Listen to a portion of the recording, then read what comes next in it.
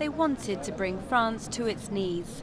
Instead, last week's terrorist attacks that claimed 17 lives brought the country and the world to its feet. Millions of people and a host of world leaders came together to march across France in a historic show of solidarity and defiance.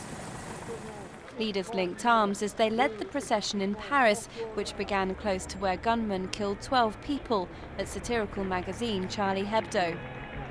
Among them Palestinian President Mahmoud Abbas and Israeli Prime Minister Benjamin Netanyahu, as well as Ukrainian President Petro Poroshenko and Russian Foreign Minister Sergei Lavrov. But the day was more than a symbolic show of unity.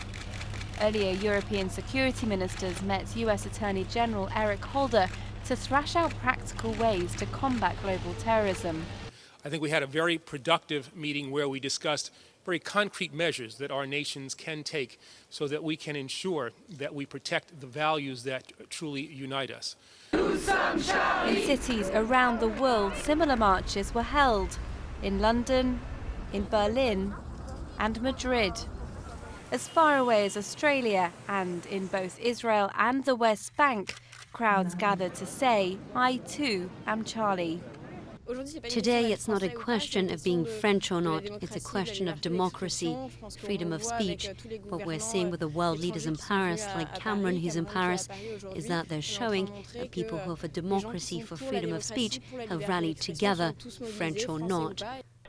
But last week's magazine shooting by Islamist gunmen and the subsequent hostage-taking at a Jewish supermarket have raised fears of reprisals among France's estimated 2 million Muslims. Religious and community leaders used Sunday's march to appeal for unity. We're all united, we're all together in the face of this barbarism, we're all affected, terrified, sad, and at the same time we condemn these acts. We also say, do not confuse Muslims with these barbarians. Emotions are still running high in the grieving City of Light.